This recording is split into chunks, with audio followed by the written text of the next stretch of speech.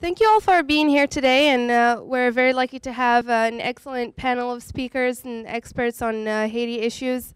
They come from different backgrounds, either economics, international relations, culture, and so on. Today, what we'd like you to do is to allow each speaker to talk 5 to 8 minutes about how their experience and how their area of expertise pertain to Haiti's situation and to its past and future. You will have a chance to ask questions for the last half hour. I will start introducing our panel speakers from left to right. Gina Athena Ulysse is an anthropologist, a poet, a performer, and multimedia artist. She's also an associate professor of feminist, gender, and sexuality studies at Wesleyan University, where Haiti is the main focus of her work. Next is Randall Ellis, is a professor of health economics and associate chair of the Department of Economics at BU. He's currently the president-elect of the American Society for Health Economics. And our second, excuse me, hello.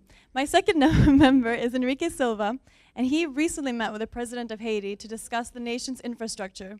He is an expert in comparative urbanization and the formation of the public sector for planning institutions and practices, and is an assistant professor of urban affairs and city planning at BU. Our next member is Professor William R. Keylor, who's the director of the International History Institute and a former president of the Society for French Historical Studies, and is also an IR professor at BU. Last is Charlot Lucien. He's a poet, storyteller, and cartoonist. He's the founder and co-director of the Haitian Arts Assembly of Massachusetts and host of the Haitian Issues show Télé Créole. Thank you very much, and we'll start by Gina.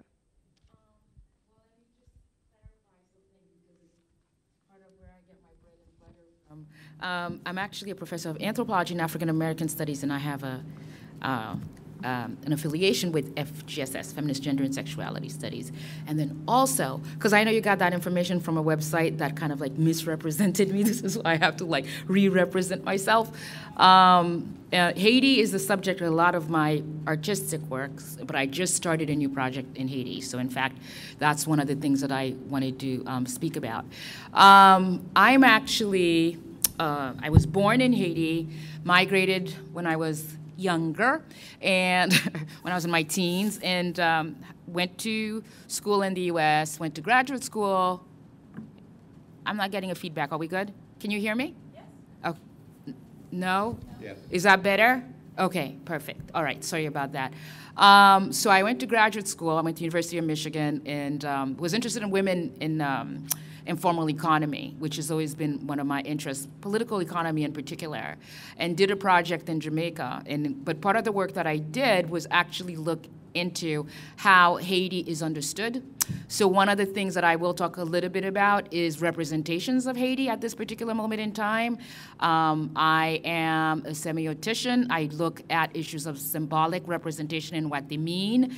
Some people may think that it's superfluous to think about those things, but I happen to think it's never too early to talk about the symbolic meanings of things. And I think that there's a lot going on with Haiti right now that we need to pay attention to in terms of how it's being represented, especially in the media. So what I wanted to talk about really is the fact that I actually was in Haiti just the week before Christmas, and I went there to begin a new project that was titled, and I'm saying was because there's pre-quake Haiti and now post-quake Haiti, so we all have to sort of like figure out what are we doing and what will we be doing. And the title of it was C'est mon devoir, It's My Duty, Stories of Civic Engagement, Self-Making, and Urban Degradation. And it was a project on individuals in a community forum in Cité Soleil who have been getting together for the last 3 years, basically to try to address certain problems that they have in their communities. And what was interesting about this project is the fact that people were willing to put aside their political, religious, and all sorts of other affiliations that would have divided them otherwise to get together as a group to form a community to try to address especially environmental concerns in their most immediate community. And what was interesting about this group that I met, and I actually met with 15 individuals who, a couple of them actually did not make it through the earthquake, but they're part of a much larger group, and was that they were so dedicated. I was struck by the fact that when talking to people, what they understood as their civic engagement and their role in rebuilding Haiti, and again, pre-quake, okay? So it's really important to sort of keep that in mind. And I walked out of there, I mean, I left there knowing for a fact that this was one of the first times in a long time that I actually had some hope about where things were, where things are, and how people saw themselves and the extent to which they were willing to engage in the rebuilding of the country. I also met 10 students who just went to Brazil. They had gotten scholarships, full scholarships to study in Brazil at the undergraduate level. And they were excited about the possibility of getting education. They'd been studying Portuguese for the last 2 years, and were getting ready to embark on this new project, this new phase in their lives. But all of them talked about what it meant for them to come back and what they felt like they owed to Haiti, right? What it meant for them to be engaged as citizens in a country that most of us tend to not think about in those terms, in terms of people's civic engagement and sense of civic responsibility. The other thing that was fascinating to me about that was that in spite of the hardship in their lives, people were determined, to carry on the work that they were doing. And that's where the title of the project comes from, because at one point I actually asked, and I said, well, given how difficult your life is, why? Why are you doing this? What will you get out of this? And whether it was in Creole or in French, people said, c'est mon devoir, c'est devoir. It's my duty. It's my duty as someone who was born in Cité Soleil, as someone who came and found Cité Soleil in this way, and who are very much aware of how other people see Cité Soleil also, because I think most of us are sort of aware of the fact that there's a meta-narrative of Cité Soleil, and it's like, it's the worst slum that there is in Port-au-Prince, it's violent, and it's this, and it's this, and it's that. And part of what they were interested in and were determined to try to make an impact on is the fact that while that may be one of the narratives, there's life there. There's life there, there's love there, there are people who are dedicated, there are people who have lived there for a long time and who have been actively trying to change their realities, although that's not being reflected outward. So I thought, for me, the reason I was really excited about this project, it was sort of like, all I'm going to be really is sort of like, is an interpreter and a documenter because they're doing the work. All I have to do is sort of like let people know that this is going on. So that was pre-quake. Post-quake, we're finding out that most of the people that I had met are around, although several of them actually have passed away, but they continued to meet up and to try to see how they, as individuals, in spite of the last month and a half, to keep the work of the community forum going. And one of the things that they were able to do at that level, really at the grassroots level, is they actually worked with, this community forum is part, I came to know about the community forum through this organization called NURED, which is an inter-university research institute, and it's very, very small. And they actually were able to do this very quick, rapid assessment of Cité Soleil, of certain aspects of Cité Soleil, looking at what the needs are in the area in terms of the impact of the quake and what people will need. And so it was really another one of those moments where it was very clear, not only is there will, there's skill, but there's also a determination on the part of people to make sure that they are actively participating in what's happening and how it's impacting their lives. So this goes back to the next point that I want to bring up about how Haiti is perceived. As I said earlier, part of it is occupational hazard. I'm an anthropologist. I'm very much interested in symbolic representation and issues of how Haiti's been portrayed over the years, and especially how Haiti's being portrayed currently, in the aftermath of 112. And I think one of the things that has been quite impactful, and a number of us who are part of the Haitian Studies Association and other organizations are talking about the absence of visibility of the work that Haitians themselves are doing. And it's one of those things that for me is particularly important in part because without us having some conversations about the fact that Haitians themselves on the ground are actively trying to do something about the current conditions, what we're left with is another narrative, right? Another way of looking at Haiti where, in fact, without white intermediaries, we don't really exist. And that's a really, really problematic one. And I think it's something that's very important that we pay attention to, in part because I was at a talk on the 20th at NYU, and what's his name, who is the professor of literature, Michael Dash.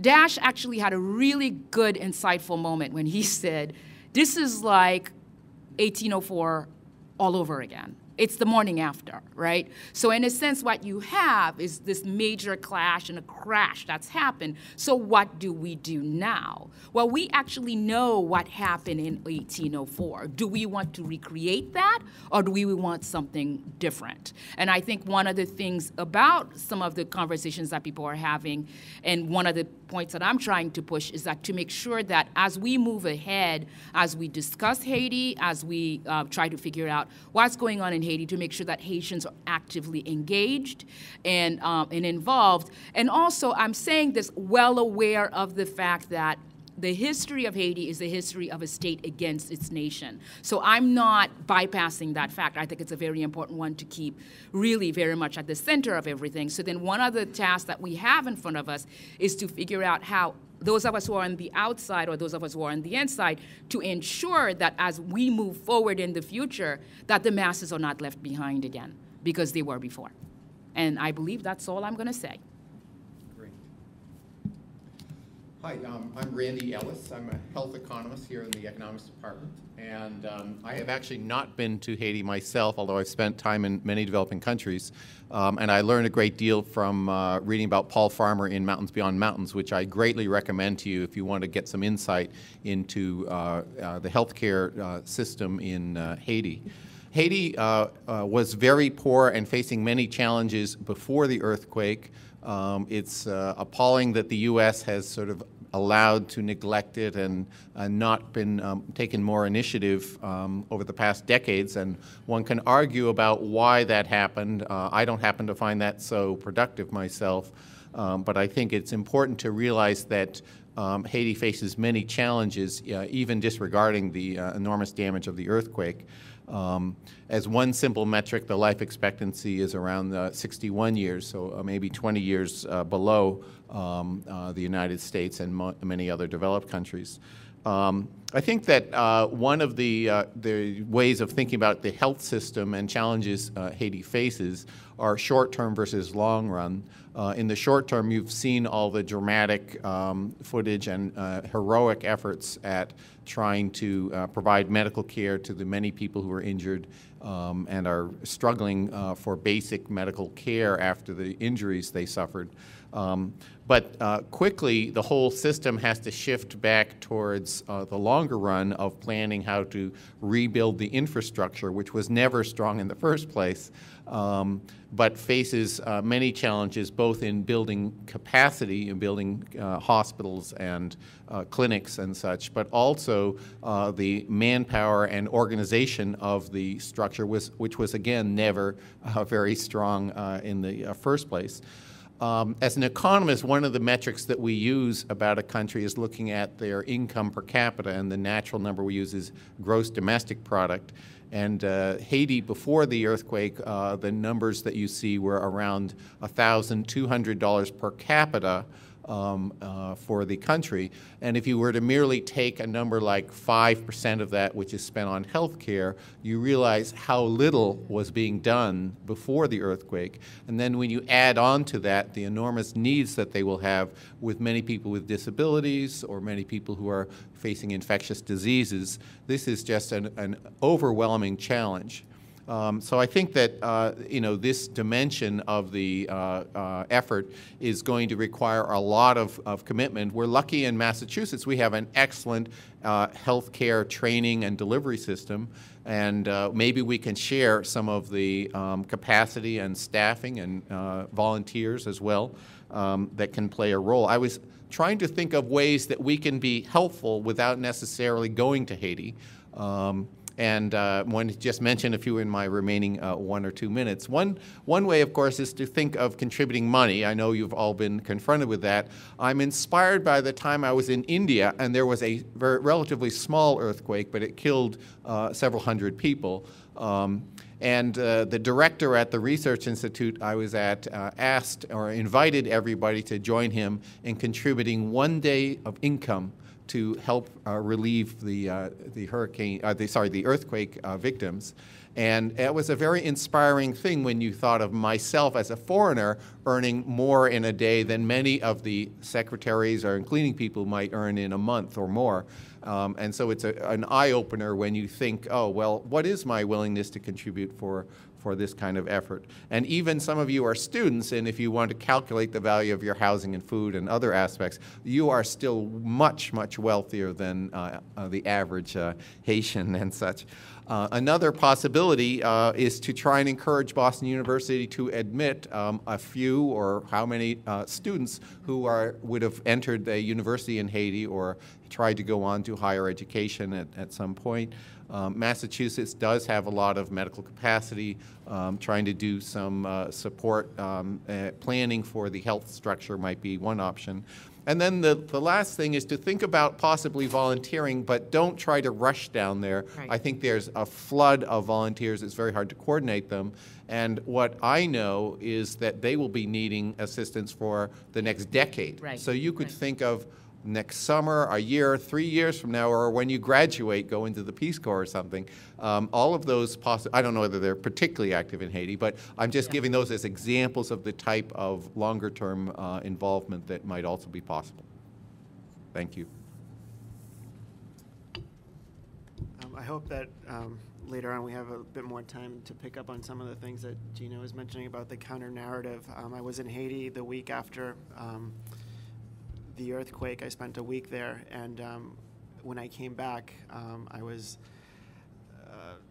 came back with a lot of emotions, but the strongest one was anger at the way the country and the situation that was being portrayed here. It was anger that was being built up while I was there, but it was acute here, realizing that what we're getting here, especially through the TV media, is they're not lies, but it's such a narrow sliver of what was going on there that they effectively become lies. And so the need for a counter-narrative, I think, Gina, what you're saying, is extremely important, and I hope that panels such as this one contribute to producing that counter-narrative, because the counter-narrative is a lot more positive. It's not naive, but it's a lot more positive than the one that we are consuming as a country right now. Again, especially through the television media. The newsprint media is doing a much better job, had been doing a much better job, but it's scattered in bits and pieces. So it really calls on us to be able to, if we're interested in what's going on in Haiti, to piece together all of the different things that are coming to us from Haiti, but to be critical consumers of that information. But that's not what I'm here to talk about. I would like to. I'm here to talk about planning, and one of the first, and I want to start off by saying, not in any defensive way, that I think planning is as much about social and political cooperation and collaboration as it is about resource management, land use, and pretty maps. In fact, I would argue that technical innovations and financial resources really aren't as important in a planning effort as political will and effective leadership are. And by effective leadership, I mean leadership that's capable of inspiring, mobilizing, uniting, and coordinating the disparate sectors of a society. And I would argue that this holds true anywhere. It holds true where anyone that follows planning issues in Massachusetts knows that we have the money sometimes, but we don't have necessarily the leadership to make the decisions or to mobilize people to affect our plans. This past week was extremely important in Haiti, at least for its recovery and planning efforts. Hundreds of Haitian officials, experts, specialists, and international development aides are convened in Port-au-Prince to draft a comprehensive national recovery strategic development plan. The process is called the PD&A, the Post-Disaster Needs Assessment and Visioning Process. And it's a joint venture of sorts between the government of Haiti and the major international development agencies and financial aid institutions, namely the Inter-American Development Bank, the World Bank, and the UN.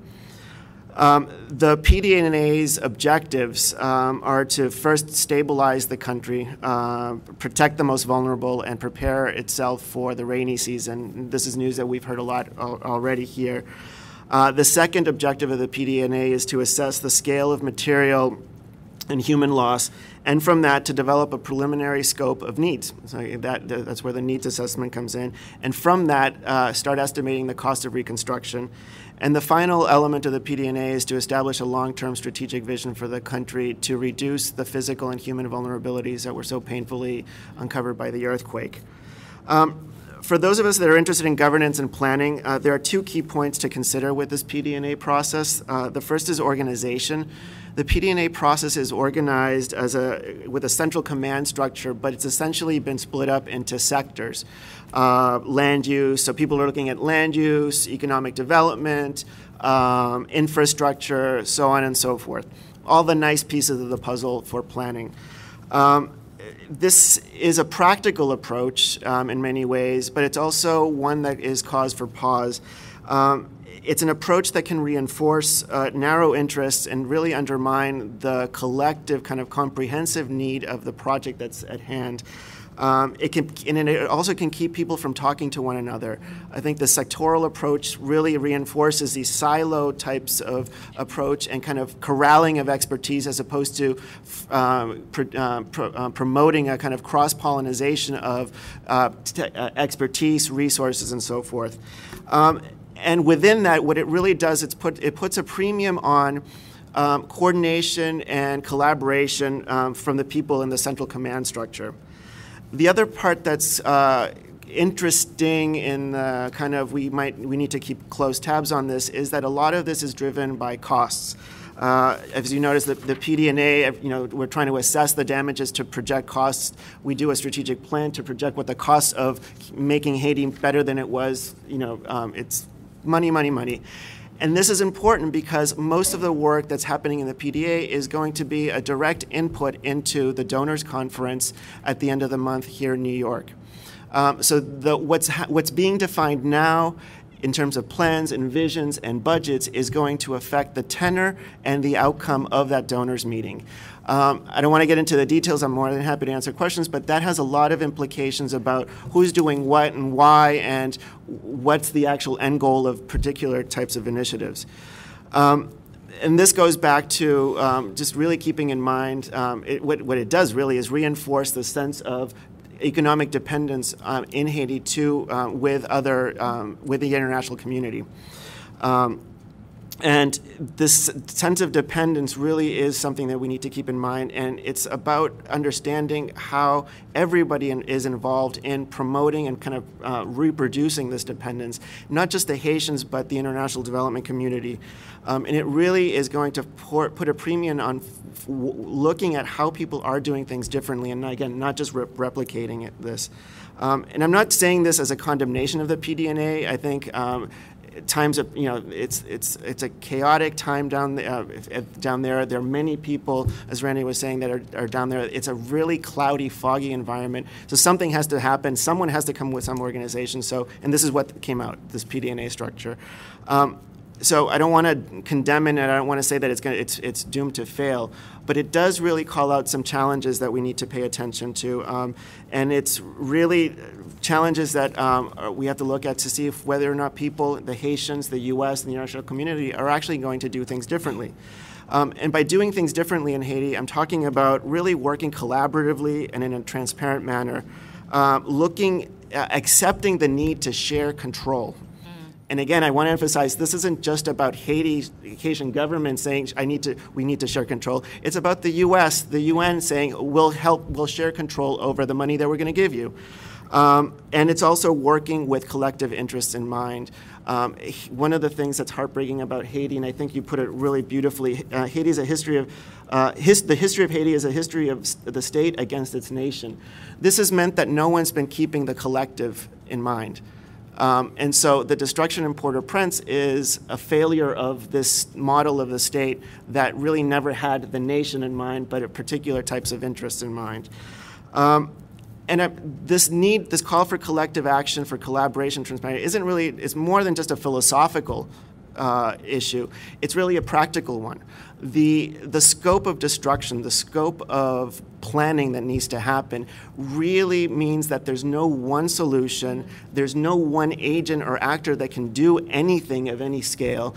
It really demands collaboration and resourceful and innovative ways of uniting different resources to plan and to come up with new ideas. And those new ideas might be old ways of doing things. Again, the emphasis here is to do things differently, because if we don't do things differently, if we keep on working in silos with narrow interests, then pre-earthquake Haiti is going to look a lot, post-earthquake Haiti, excuse me, is going to look a lot like pre-earthquake Haiti, and we don't necessarily, at least hopefully, at least the panel, I might say, doesn't want that. So I'll end right there. Thank you.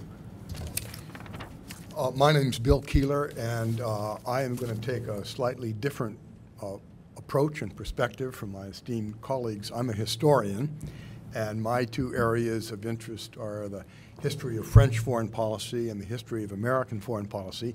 And I think it might be, at least I hope it will be interesting for you to hear a little bit about the history of the relations between France and Haiti and the United States and Haiti, and how those relations have affected Haiti through the ages. I'm not going to give a long history lecture, but just to remind you that in 1492, when Columbus arrives in the New World, he does establish a small settlement in Haiti, and then comes back the next year, and the settlement has been wiped out, and so he puts his brother in control, and eventually the French are going to edge the Spanish out, and so Haiti is going to become a French colony. In those years, it was not yet called Haiti. It was called Saint-Domingue, Saint Dominic. And the French are going to use Haiti almost exclusively for the production of agricultural products, indigo, tobacco, and then later sugar and coffee.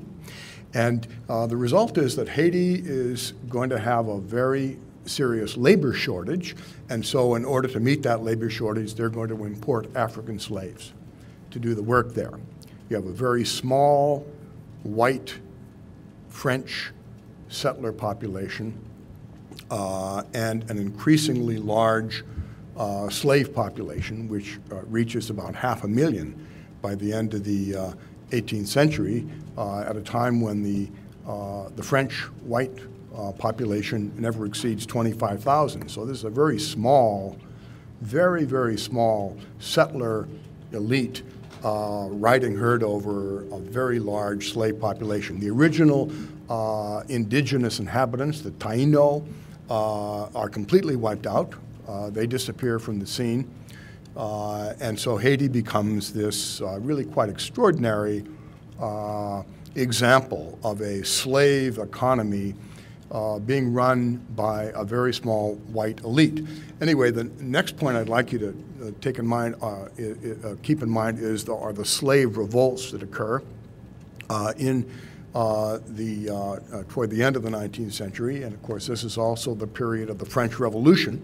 And so initially the French government is going to look with favor on the liberation not of all of the slaves, but rather of the portion of the slave population that had intermarried with the whites, the gens de couleur, as they were called, or people of color, or mulattoes, I guess we would call them. And eventually, the rest of the population is going to rise up in revolt And so in this period, late 18th century, leading up to 1804, when Haiti gains its independence, this is the first successful slave revolt in history. Slaves in the American South did not win their independence through a rebellion or revolt.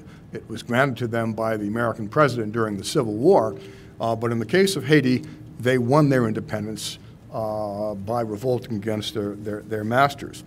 The next important point I'd like to make is that after the successful slave revolt and the establishment of the Second Republic in the Western Hemisphere, second to our own, France is going to impose very severe economic strictures on this new country. And basically what happens is that France imposes an embargo, cutting all trade with Haiti until the Haitian government pays reparations for all of the property that was confiscated by the government after the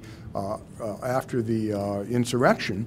And this reparation payment, I think, is the most extraordinary example of the extraction of wealth from a poor country, a desperately poor country, by a country that was one of the wealthiest countries in the world. Finally, the French are going to, they lift the embargo when the Haitian government starts paying that debt. Haiti doesn't have the money to pay back the reparations, and so it's got to borrow the money from the international financial community.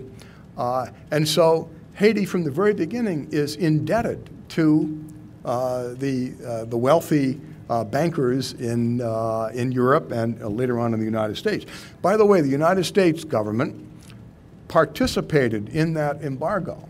That is, the British and the Americans both joined France in embargoing Haitian trade until the Haitians signed this treaty whereby they're going to be pay back the French for having confiscated all that territory. So France, the colonial power, is extracting all of this wealth from Haiti at a time when France is really ignoring Haiti in every other respect. That is, France is busy accumulating another huge empire in Africa in the second half of the 19th century. But Haiti is a backwater as far as the French are concerned, except when the payment has to come on the debt. And I came across a reference that the final payment that the Haitian government makes to the bankers is after World War II, 1947. You know, just an extraordinary story. Now, what about the United States? United States also revolted against a European colonial power, but almost from the beginning, relations between the United States and the new country, the new independent country of Haiti, are very poor.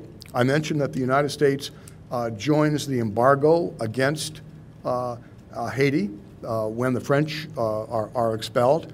The United States refuses to recognize the government of Haiti until 1862, until the American Civil War. Why? Because the southern states of the United States absolutely refused to allow the government to recognize what is a republic that was established on the basis of a slave rebellion. So, very poor relations between the United States and Haiti during this period. Now, I'm going to fast forward in the interest of time here to the 20th century and to make the point that in the early part of the 20th century, the United States becomes very concerned about the possibility of European powers installing themselves in Haiti, and mainly the concern was about the Germans.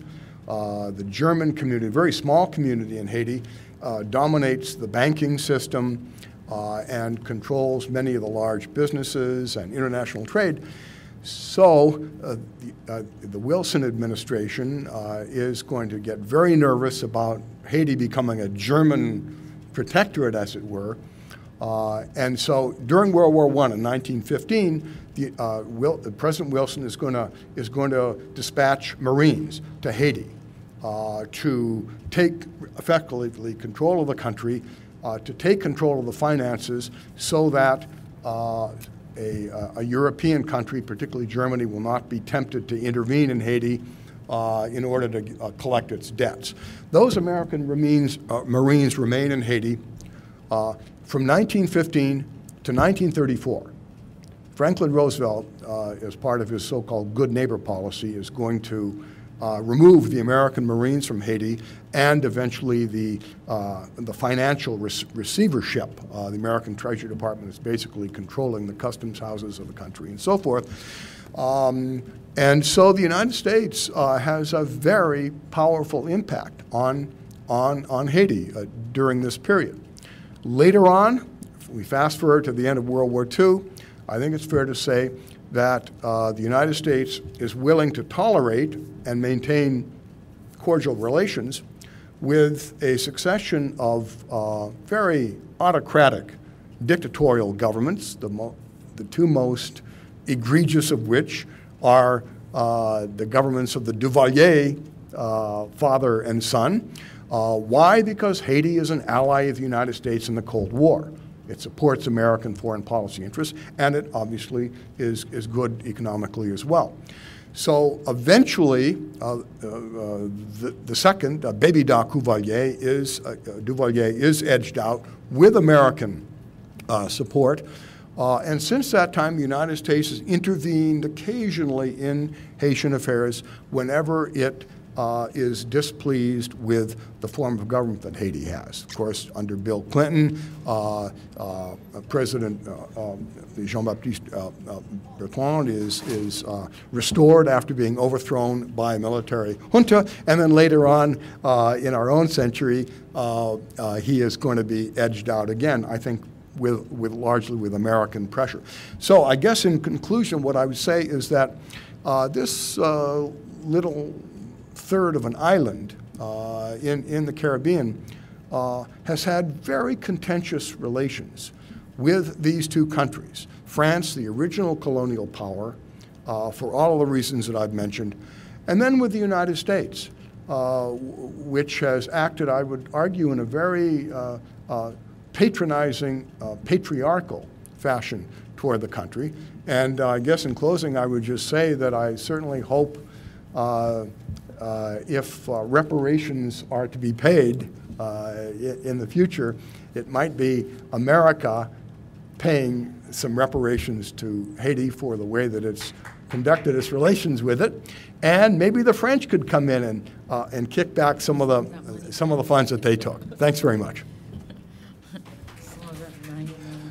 Thank you very much, Bill. And I love the fact that the sitting was organized this way, because I'm also going to dive a little bit into history.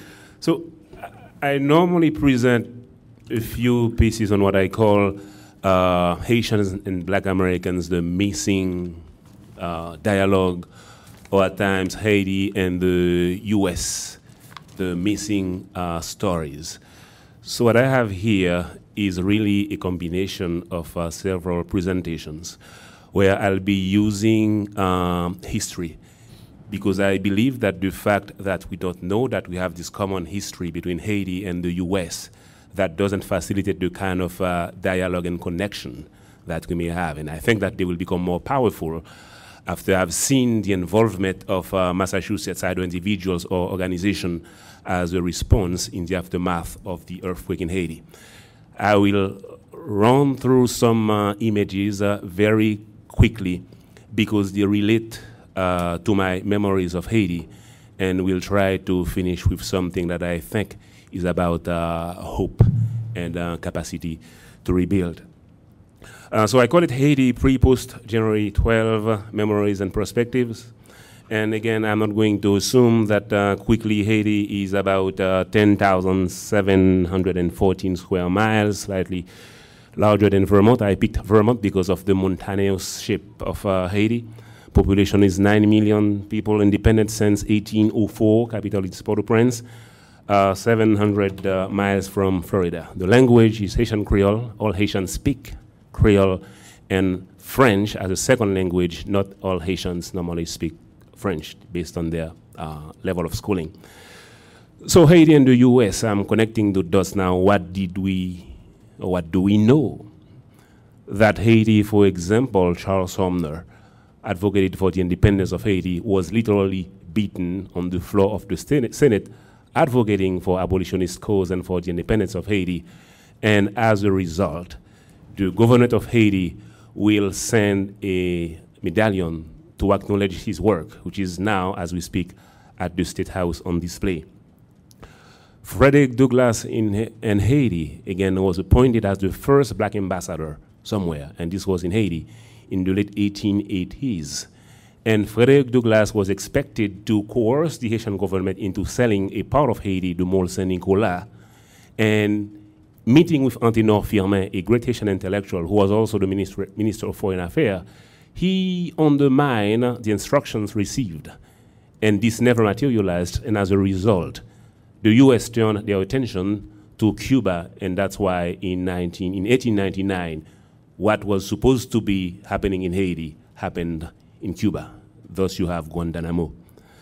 The abolitionist John Brown conducted this raid in Virginia in 1859, was ultimately captured and executed. But Haiti, the newspapers followed this event on a daily basis. And after he was executed, the Haitian government declared a day of mourning. They lowered the flag of Haiti.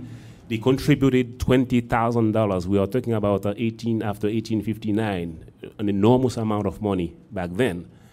And they named the longest stretch of road in Port-au-Prince, the capital, after John Brown.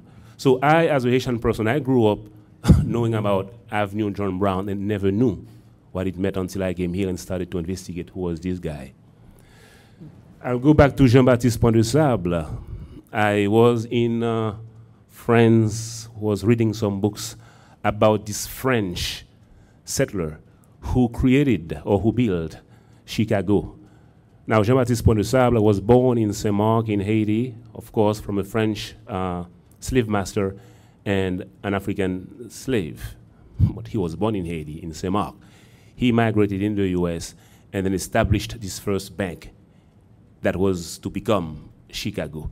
So he was formally acknowledged both in 1968 and later a stamp was created after him. So he is acknowledged as the Haitian person who founded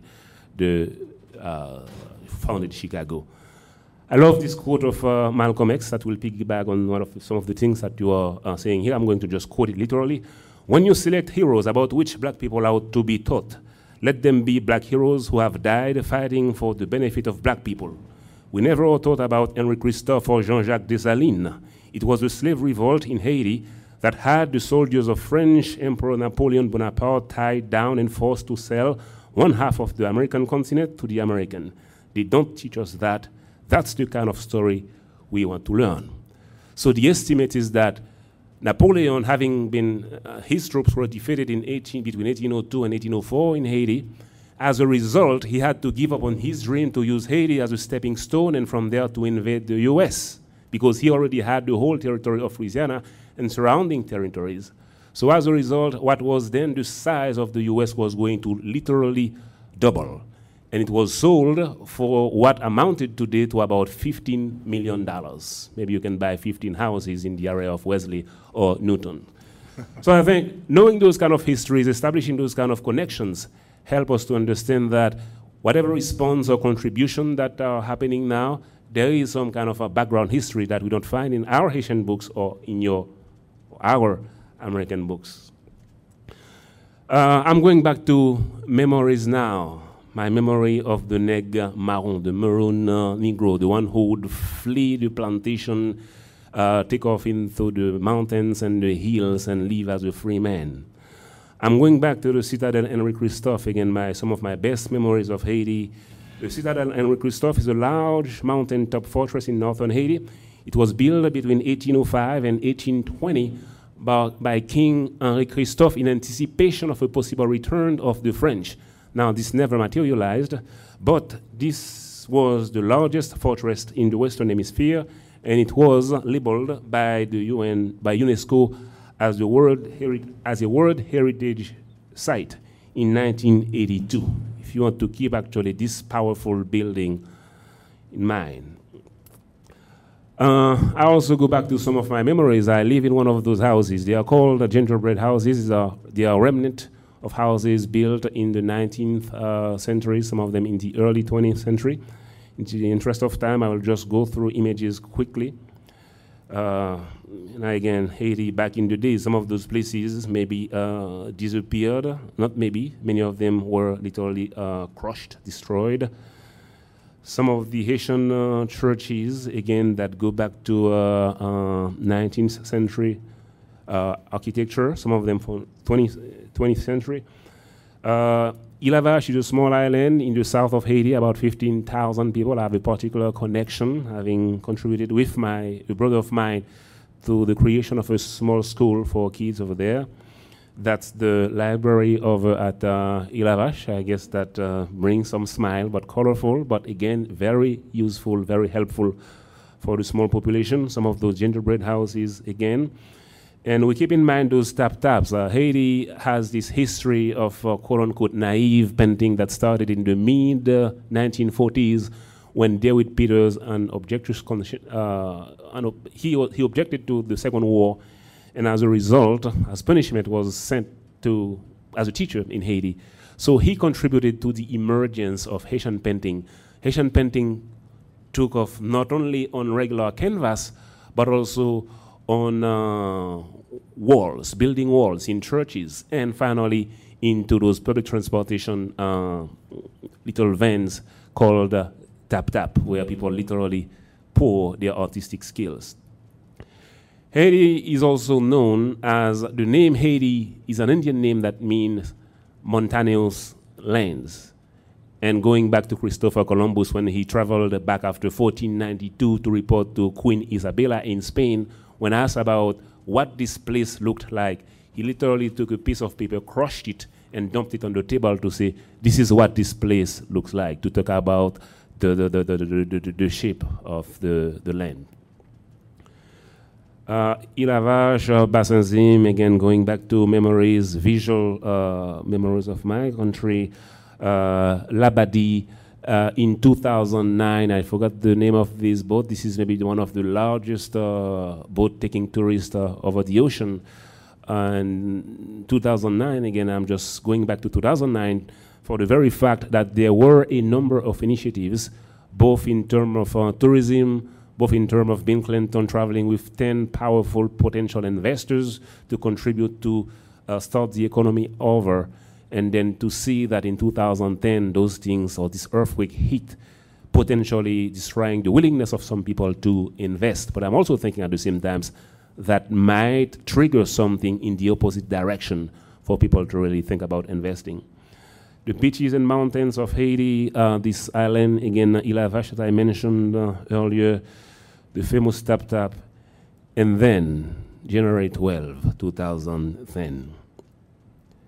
That was Haiti's national palace before. That's what we have now. That is what used to be, that is our now Ministry of Health and Population. And I invite you, as I present these slides, to think in the context of what was presented before by Enrique about infrastructures and roads, the Ministry of Planning, the Ministry of Justice, the Ministry of Agriculture. Haiti is supposedly an agricultural country.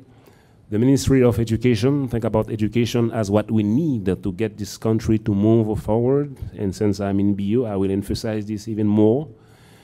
The Ministry of Social Welfare, if we go back to what Gina was talking about the involvement of women or young folks into their country. The Ministry of Foreign Affairs, Culture and Communication, Interior, your IRS, Direction Générale des Contributions, the Palace of Justice, Ministry of Commerce, the Legislative Palace, our former cathedral, and that's what we have now.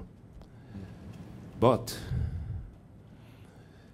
a doctor, Joao from Partners in Health, came back and reported how when she traveled to Haiti 2 days after the earthquake, and she was asking for the famous neg marron, because she heard that the palace was falling down, and this old woman explained to her, the neg marron pas tombé, neg marron did not fall. The citadel, although in the north, so there is no connection, but did not fall. So it means to me that we have some hints that we can think about rebuilding. And when I talk about rebuilding, I love again what you mentioned earlier, there is something to be told about being willing to volunteer. And because I was mentioning before Ilavash, I was mentioning this small school. I happen to be also myself a painter, cartoonist, illustrator, and I believe in the culture of this country. So we can think about indeed volunteering, going over there as tourists. I like the point that we might not be able to go right now, but the commitment is about going in 6 months, a year, 2 years, and 3 years. I believe that right now, if you put your hands in your pocket, you've given so much potentially that your pockets will be empty. The depth of your pocket will not be enough to really help with the depth, the amount of help that needs to happen over there. So if it is about traveling in 2 years and go to this little library, help build some additional rooms and bring books. If this is about sitting down with some of those kids in Ilavash and helping them to learn English, if this is about to travel in 2 years and then also buy Haitian artwork, these are the kind of things, if 10 of us, 1,000, 10,000 of us from the US travel, this is how we will actually contribute to rebuilding the country, to boost the economy, and that will be way more beyond what we are only able to do in a very limited way, limited scope in the short term. Thank you so very much.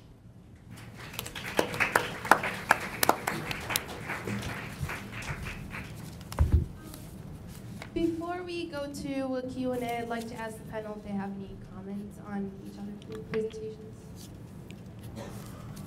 Or should we just go ahead? Really good. You're from the people. Well, let's go for a Q&A. If anyone has a question, please raise your hand, and I'll pass the mic.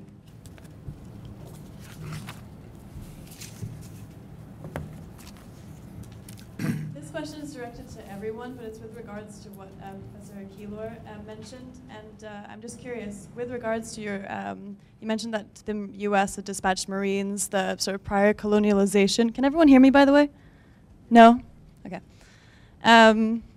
With regards to the colonialization and the dispatched Marines that came into Haiti over the past few, decades, how would you say that had an effect on the collective consciousness of Haiti today?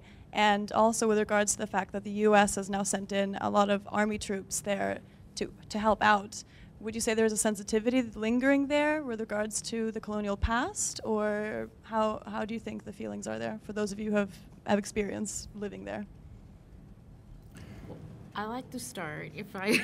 I don't think that sensitivity ever went away. It can't go away. We're literally in the backyard of the United States, and the United States has never let Haiti forget that they're the superpower. I mean, I think, that's the feeling that's always going to be there. I mean, I think one of the things about this particular moment is how to read what's happening now. And on the extreme left, you have people calling this an occupation, right? I mean, that's definitely part of the narrative. I'm one of those who's just like, I think it's an unintended occupation, because the reality of it is the state system in Haiti, as it was operating, is incapable of dealing with what's happening on the ground. And I'm something of a nationalist. I'll actually even say that. But let's be real. The fact is the infrastructure cannot deal with what's happening. I think one of the key things is trying to find out, to be transparent. I mean, I think I'm curious about What did Préval sign? I don't know what it is. None of us know what it is. And we live in democracies here and there, yet we're not aware of what the terms of that relationship is. I mean, I think one of the things that we can all call for is more transparency on the part of both governments so that we know what's going on. So that's all I'll say about that, I think.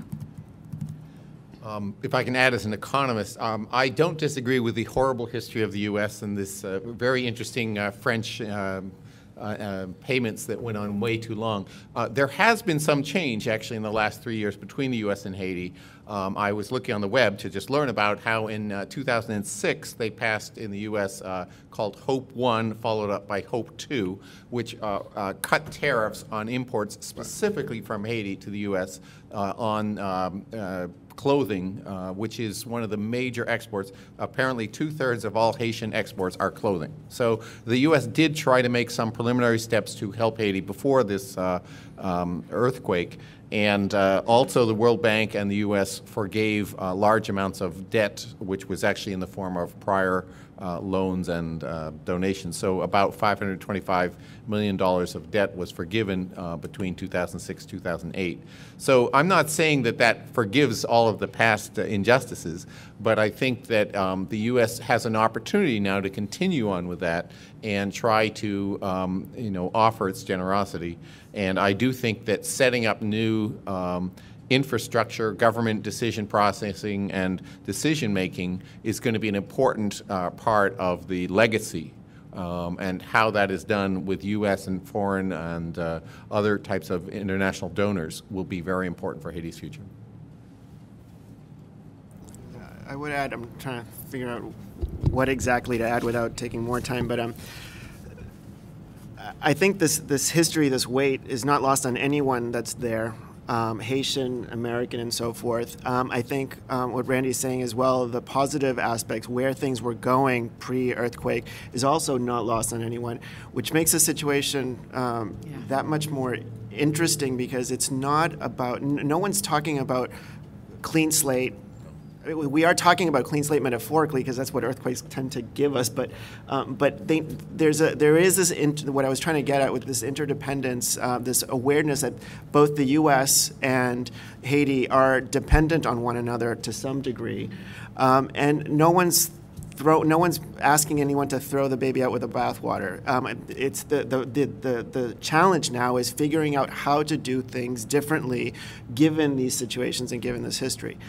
That said, if you were to go to Haiti with this veil of ignorance, you were dropped into Haiti and you were asked to read the landscape and tell the world what it is that you saw, and you were asked what is the American presence there, veil of ignorance, your response is nothing, can't be anything other than military presence. Mm-hmm. The U.S., escapes no one that the U.S. controls the airport and the major points of entry and exit. One of the things that shocked our team so much was that for all of this talk of aid and support and so forth, if you traveled the city, you didn't see this. Mm-hmm. You saw concentrations of international presence in particular places. And this goes for everyone, aid agencies, the different countries and so forth. And so there are no angels in this situation. But the U.S. concentration was in very key strategic places. Now, again, if you're ignorant as well, you shouldn't pass judgment. You're just kind of saying that, this is what I saw. And then the question is, why would this presence be so heavy, so militarized in these particular places? So just to ask those questions would be a constructive thing. And again, not to be ignorant or naive of what the potentials are of not securing points of egress and entry, but to ask why. Why is the U.S. policy so visibly militarized and in key places, and what could be the positive and negative effects of that presence? I can go on with more, but I think that's... Yeah, I just want to say a word about the concept of U.S. intervention in Haiti, and to make the point, first of all, that it was not just Haiti. During this period, I mentioned World War I up to the mid-1930s, the U.S. intervened in a number of countries in the Caribbean and in Latin America. There were U.S. Marines in the Dominican Republic and in Nicaragua and so forth. And the reason for that was this fear of external intervention and the concern that if these countries were allowed to fall behind on their debt payments, for example, that was the big problem, that European governments would intervene, and that would be a violation of the Monroe Doctrine and I don't know if any of my students are here, the Roosevelt corollary to the Monroe Doctrine of 1905, which says that the United States has the right to exercise a police power in the Western Hemisphere. That's point number one. Point number two, I think during the Cold War, the United States now is concerned about not the Germans or the French or something, but concerned about communism. And that's why I think there was a strong support for the Duvalier dictatorship, was that it was a loyal ally of the United States. In the nearby Dominican Republic in 1965, when a man comes to power, the president, Juan Bosch, who is suspected of having communist ties or sympathies, send the Marines. They send them in there and they take him out and eventually replace him. Now I think we don't have that problem. There is no threat. Terrorism is the threat, but there's no threat of terrorism in the Caribbean. So I think maybe then we do have the chance now to use military power in a positive, constructive way to assist in the rebuilding of this country instead of supporting dictators or sending Marines to take control of the country. Thank you. And just to piggyback again, the suspicion is there. You go back to the U.S. occupation, where the Haitian economy was totally shifted on the military presence to respond to the needs of the U.S. economy, both during World War I and later during World War II, displacing many Haitians from their land so that they have to leave for the Dominican Republic and then later to Cuba and then finally some of them to the U.S. So Haitian students grew up with those kind of histories. And then later you talk about the 60s where there was an avowed, open, or at times implicit support of the Duvalier's dictatorship, because that was the thing to do to confront the fear or perception of communism being actually widespread in Latin America and in the Caribbean.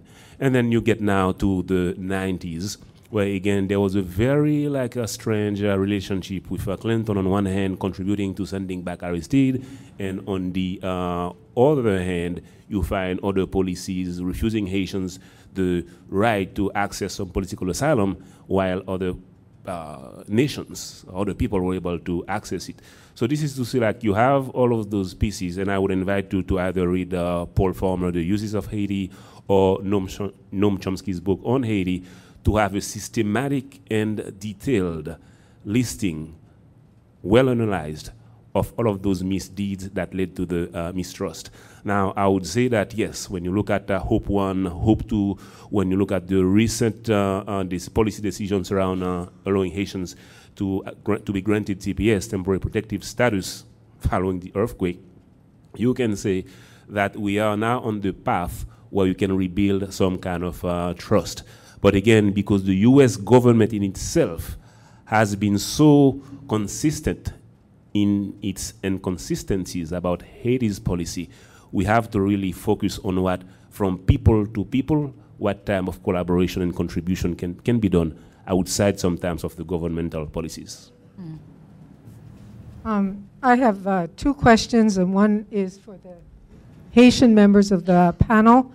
I mean, Haiti did have a democratically elected president who was removed from Haiti in the middle of the night by U.S. military and dumped in the Central African Republic.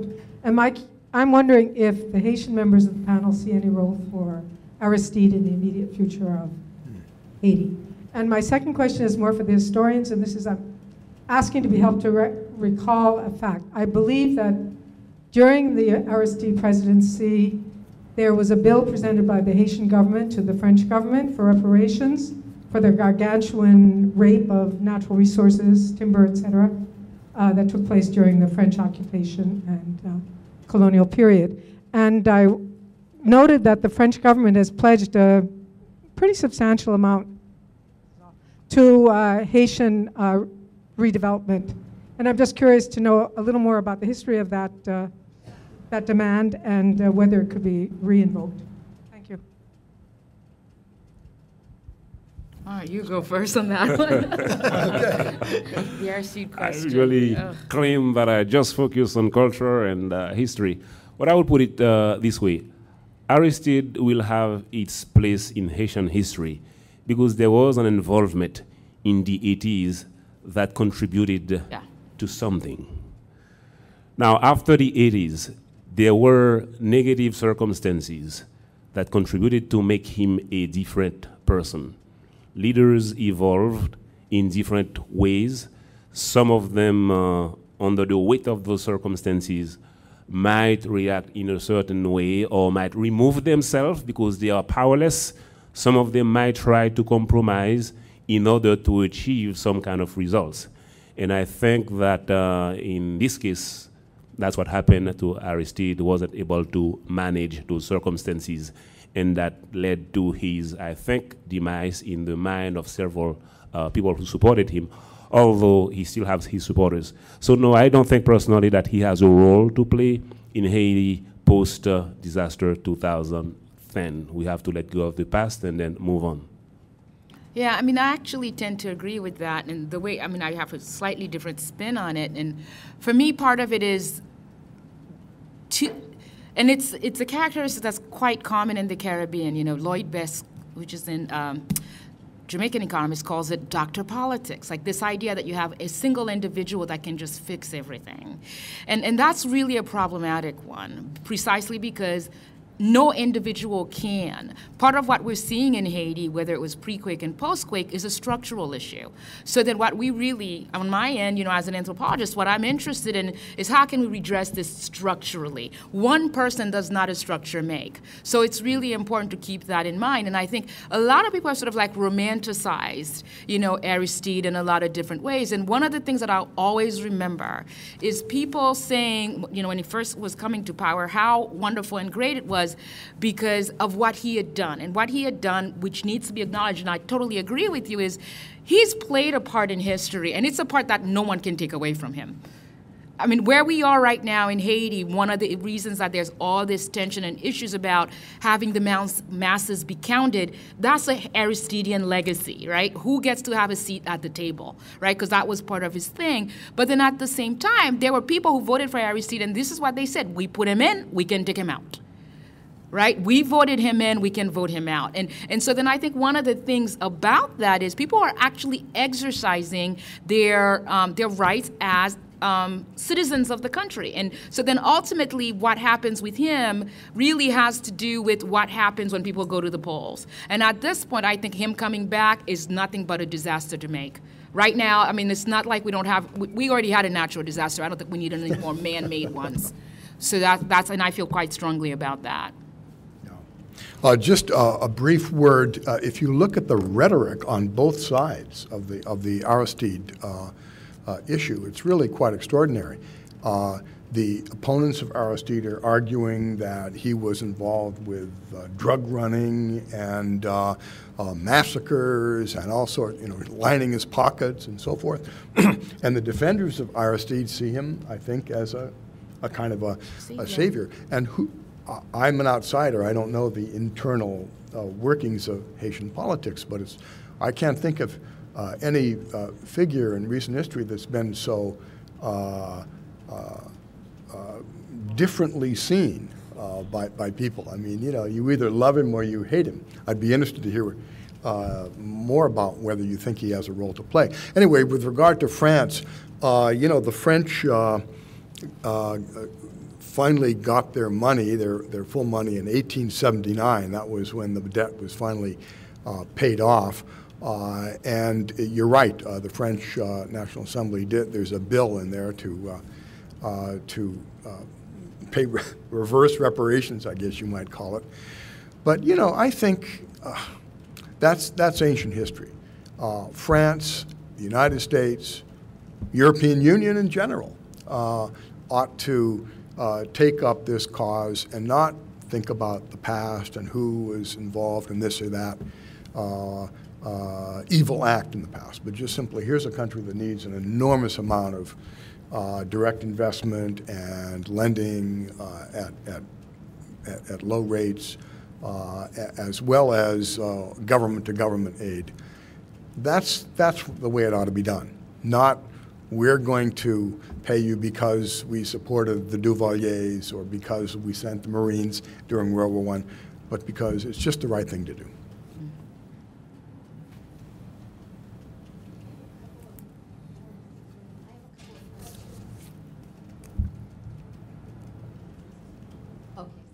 I have a couple of questions and some observations. I've been in Haiti 3 times in the last couple of years, and that was prior to the earthquake. But you're talking about what you see on the streets, but I'm always struck by how it's a combination of shocking lack of, quote, infrastructure, but also so vibrant and so alive and so, I mean, the people there are just wonderful people and surviving under very difficult circumstances often. And part of the question of the narrative of Haiti that I'm wondering why it's like a rut that keeps going on and on and on. It's like you can't hear the word Haiti without hearing the poorest country in the Western Hemisphere. And that may be true, but why isn't there something else to put in there? I mean, there are things. Yeah, I mean, there's lots of things to put in there. You know, home of beautiful art, beautiful music, you know, all these vibrant cultural things. And it's just, why are those two things linked? It's like, in people's minds, I think, it's like we're always either doing something to Haiti or something for Haiti or taking something away from, I don't know. It's like, how do we get to a point where Haiti is, it's just this beautiful country with a lot of really bad problems. And one of the problems from the earthquake that I see that seems particularly tragic is that a lot of what we would consider the middle class in Haiti has been destroyed, or, I mean, the schools, the universities, the high schools, the elementary schools, they're all, I don't know if every single one of them has been wiped out, but massive numbers of college students, professors, doctors, all kinds of middle-class people in Haiti who in many ways, I mean, the money is important, but a growing middle class in Haiti was essential, I think, for making Haiti grow. And it just seems like one of the huge, huge losses in terms of structure. And anyway, I know one particular university student there who was at University Notre Dame d'Haïti, and almost all his classmates were killed, and many, many of his professors. And you know, he's working with other college students now about how do they keep going, sort of. And so many of his student colleagues have lost their families, and they have nothing anymore. And these are the future of Haiti. And so, you know, those are things I wanted to say. And the other thing is, I was just struck listening to everybody, knowing the depth of the importance of religion in Haiti. Right. There's nobody on either of these panels, I don't think, speaking from the point of view of how deeply important spiritual beliefs are in the Haitian vision of the world. And in terms of part of the narrative, one thing I've been concerned about is I think a lot of Haitians feel God has done this to us, or there's something, there's a kind of, I mean, from a more empowered position, it's like a helplessness, but there's a comfort in all that. It's just very hard to sort out, I think, but just understanding, say, literally, geologically, what is an earthquake and why did it happen, and not just that it's something that was done to the Haitian people. I mean, So anyway, those are some of the things I wanted to say. Or I'm not sure what my question is exactly, except more about how do we change the narratives so that people don't just feel sorry for Haiti and feel like there's really a lot there. Because I do think overall people, it's like if people just feel like it's almost hopeless, they're not as inclined to help support and build something as when there's like hope and there's something positive there that you want to keep building up. So this question of narratives is really a really interesting and important one, I think. So. Well, you know, that's a really great question. I mean, it was a long comment, but it's an important one because I have several things that I've been concerned with, and one of the things that I'm a performer, and I have this one-woman show called Because When God Is Too Busy, Haiti, Me, and the World. And it's actually history, poetry, and voodoo chants. And about a couple years ago, I wrote a memoir called Loving Haiti, Loving Voodoo. And people would say to me, okay, I can kind of see about the loving Haiti part, but what's there to love about voodoo? And as we all know, since 1/12/2010, you know, the narrative around voodoo has been very, very, very problematic. And more recently, people were actually attacked. Voodooists were actually attacked by evangelicals because they were trying to do a ceremony to honor the dead. So one of the concerns that I have is post-quake voodoo. I mean, I think one of the bigger problems we're facing is, again, if we go back to Dash's, it's 1804 again. I'm an anthropologist. I think about issues of positionality. I think about race. I think there's no way to talk about Haiti, the poorest nation in the Western Hemisphere, without talking about what it meant that Haiti was a free black state at a time when the rest of white superpowers could not handle the idea that a black free nation existed. I mean, we can't divorce that from racism. But that's a conversation that when I've been interviewed in the media or talked to people, they're like, it gets too complex, so they don't want to go there, right? Because media is all about sound bites. You start talking about complexity, it's really tough to even write an op-ed that's complex, let alone get it published that's complex, right? You know what I'm saying? So then you're entering into a territory about how do we understand ourselves in relation to each other and in terms of hierarchies and what that means. So I think one of the things about the narrative, really, you see some other narratives in non-mainstream sites, right? When you go to the mainstream, you're not going to get the complex narrative. For example, so on my end, when this happened, here's how I saw it. To me, once again, Haiti is being asked to cause changes in the world. Now, that's completely flipping the whole thing, right? Because it's like the earthquake happened, and the way I see it is, in 1804, we were asked to change the world in a sense because the impact of the revolution impacted the entire world in terms of slavery, in terms of notions of blackness, and so forth. So then what is the lesson for us this time around? You know, but that's just my take on it. There's a number of academics who are doing different kinds of work. The thing is, we're not in the mainstream media. And you're not going to find that complexity in the mainstream media. You'll find it among academics who are having conversations with themselves. And unfortunately, the academy doesn't really, try to reach, a mass audience. So I think there's some problems in terms of that. But I don't see it as totally being lost. I mean, the thing is, almost every time you go through the AP, any kind of newspaper, it's like Haiti, the poorest nation in the Western Hemisphere. It's nothing without that, because that's been sort of like the code that's been associated with Haiti forever. How do you change it? You not write that. You put something else. So then who are the people who are doing that? And it means you have to sort of like turn your gaze elsewhere.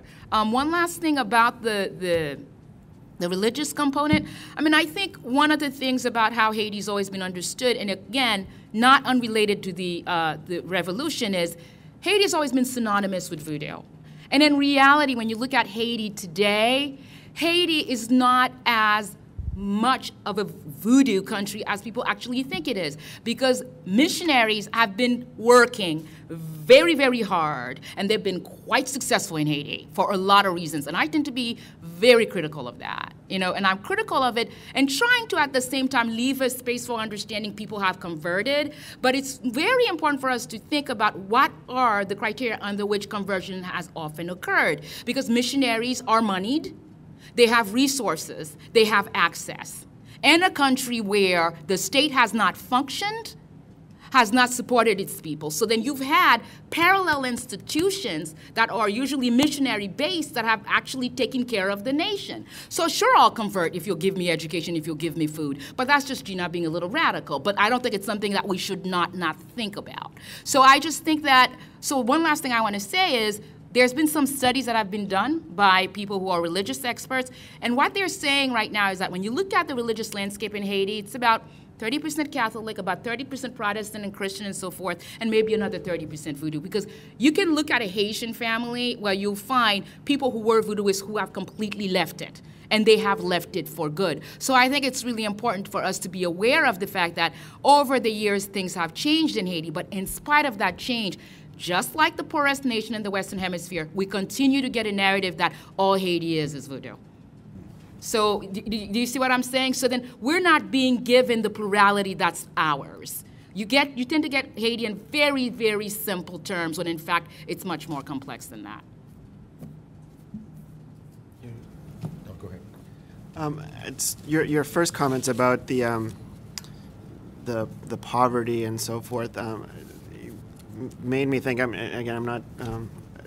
not a Haitian expert, but you raised issues about larger debates that really aren't even about Haiti as much about our own way of dealing with poverty. And I think the issues that you brought up about why can't we recognize the innovation, this and the solidarity of the poor, those are debates that we have. We're incapable even to discuss those here and to see those. See how we as a country reproduce this exact same thing you're saying about Haiti, about the poor here. And there are debates where, you know, and there are reasons for that. I mean, if you don't want to romanticize the poor, but at the same time you want to recognize them. You don't want to create such a wonderful image of the innovations of the poor. And Randall Ellis, a Peruvian economist, you know, wax poetic about the entrepreneurship of the poor. And it's not a helpful image for many reasons.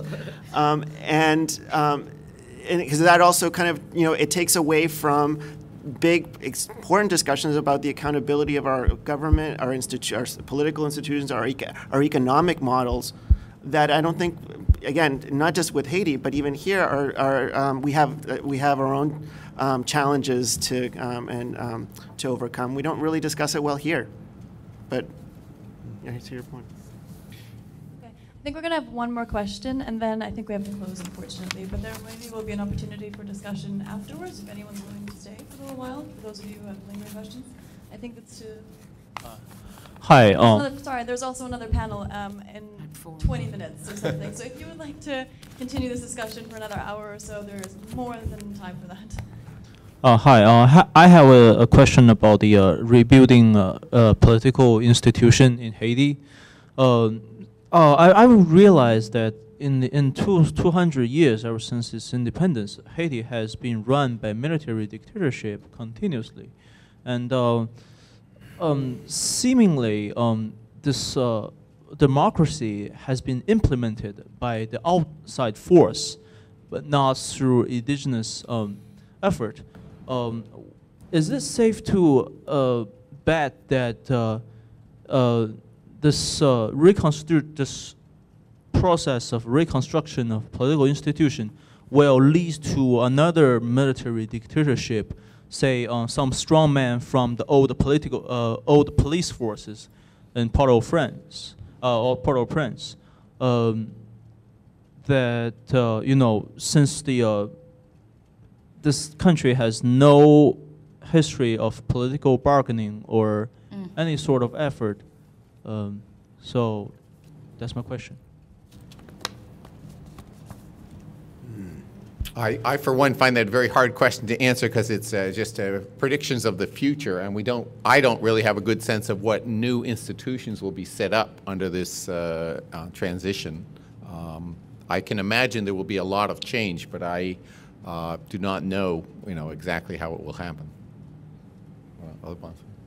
I would just add that I think your description of the political history of Haiti insofar as the military is concerned would apply to a number of countries in Latin America. So Haiti is not, can't be singled out as a country in the Western Hemisphere that has succumbed to military coups and so forth. But I would add that let's say beginning after the end of the Cold War in the 1990s, there has been a reduction in the intervention of the military in the affairs of most Latin American countries. Unfortunately for Haiti, we did have the problem that Mr. Aristide faced. But my sense is, and not knowing the internal dynamics of the relationship between the government and the military, that there's room for optimism, that the Army stays in the barracks and doesn't intervene the way that it did in the past and the way that it did in most other Latin American countries. But I'll ask my two colleagues what they think about that. I'm going to continue to play the optimistic and say that so there is no more Haitian army now. Mm-hmm. We now have a police force that has been trained over the past few years and that has made systematic and systemic efforts to become more professional. And as a result, for example, we've seen a drastic drop in, for example, drug dealing in Haiti. So on one hand, I have hope as far as like armed forces in Haiti, that we have a better structured and more professional police force. Second, the political level, I'm going to be cynical here and say that those so-called political leaders are folks who have been around for the past 30 to 40 years, and they are slowly but surely coming into retirement, forced or not. I want to make a pitch and say that we have some emerging leadership that we need to actually fully consider and promote, and some of this leadership might be coming from the Haitian diaspora or might be coming from young folks who've been traveling back and forth between Haiti and other countries and who've seen how democracy works and function. So I am just betting, a perfect case, for example, nearby Haiti, Leonel Fernandez. Okay, he's from the young generation of politicians, and I think that he's doing good by his country. So I'm just being optimistic and saying that I believe that because of what happened now, because of these particular circumstances, we might be able to draw from a new generation of politicians that will give us better results. Mm-hmm. Can I just say one last little thing? I mean, so in part in terms of like this whole thing about what is Haiti teaching us now, I actually think part of what we can learn from this moment is how to engage with change differently. I think historically one of the things that we tend to do is whether it's we write a check or we do something and then we're done. I think one of the things about this moment is that you can't just be done. It's not a one-night stand. You have to be ready for a committed relationship. You have to be ready to participate in a relay where you're part of a group of people, where you get information with each other, you build networks. I'm in Connecticut at a school where there's 3 of us who work on Haiti. I'm on the phone with people here, Miami, in New York, in Haiti. I'm no longer this isolated little being that functions on my own. And I think one of the ways that to move forward with this is to think, really, this is teaching us about what it means to be part of a global community. Okay, yeah, please. I just wanted to close, say thank you to everyone, especially the speakers. Thank you so much for coming. That was truly enriching, much more so than I ever imagined. And thank you so much for you in the audience who came, and hopefully you took something away from this as much as I did. And just as a comment also, this is an educational and cultural event to, precisely as everyone has pointed out, to keep that narrative going. Haiti is not just the poorest country in the world. There's a lot that you can draw from it.